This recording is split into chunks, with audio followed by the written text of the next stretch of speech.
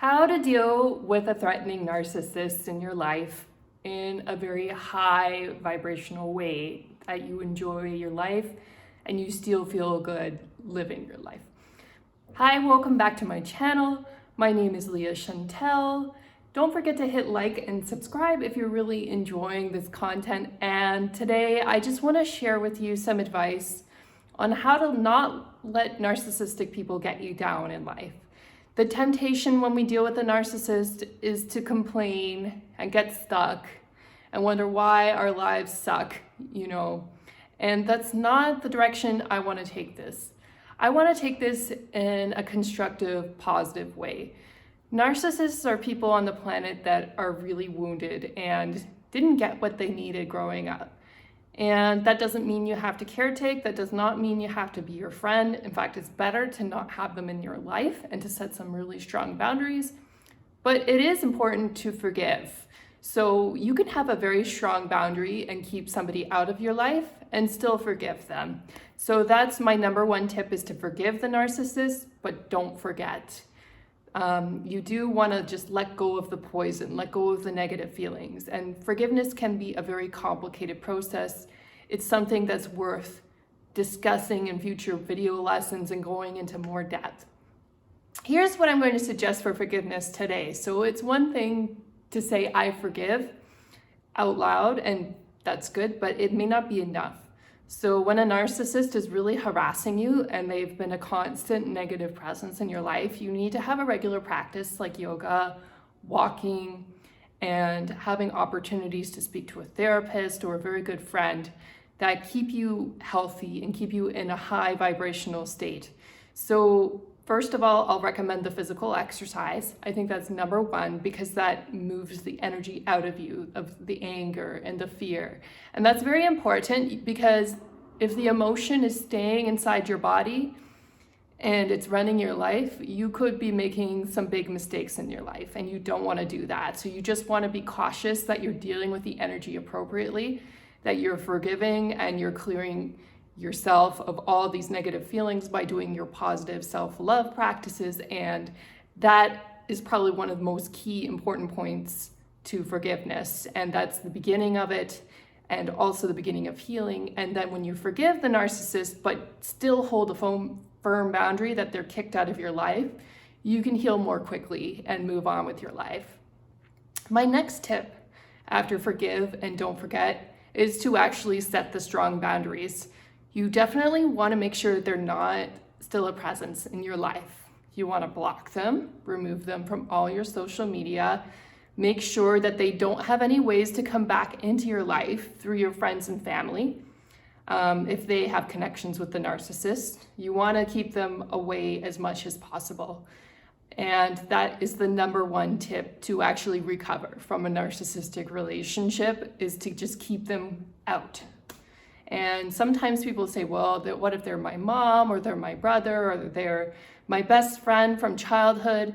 So sometimes we do need to keep relationships. Like, for example, if we're at work and you have to work with the person, sometimes you can't kick them out of your life. But if they don't have a regular presence in your life and you can kick them out of your life, even if it means you're divorcing your partner, then I recommend doing that, because you'll feel a lot better getting them out of your life. And I know that that sounds very serious and it can be very difficult, but that's often the best thing to do when you've tried to deal with a negative relationship and it's not healing and they're not hearing you or understanding you. Removing them out of your life is often the best thing to do. There are exceptions. There may be some times when it's not, but I would say 80% of the time that's the appropriate thing to do. Number three, if the narcissist does have these connections to your life, if they're friends with your friends, or there's some indirect connection, you may need to have a conversation with your friends about why you're not friends with this person anymore. And that's not the easiest conversation to have, actually. I tried to have that conversation with some of my friends with the narcissist, dealing with the narcissist that I had in my life recently. And I figured out that the narcissist got to my friends first, actually. Thank God my really close friends and family, I still have them all, and I have my partner, and the narcissist did not get in the way of those really key relationships, and I'm so grateful. But unfortunately, some of my more distant relationships did get affected by this narcissist, and it was hard, like, to see that. So I had tried to warn them that this narcissist was not a good person and he was going to have a threatening influence in their lives, and they didn't really listen. When that happens, it can be tempting to keep going and keep pushing your point of view on people. But I'd say if you've warned them once and they choose to go on the side of the narcissist, at that point they've become flying monkeys. And there's really not much you can do. What you can do is let those people go too, and let them live their lives and find out for themselves who they're dealing with. Because yelling at them or talking to them more is probably not going to change their minds.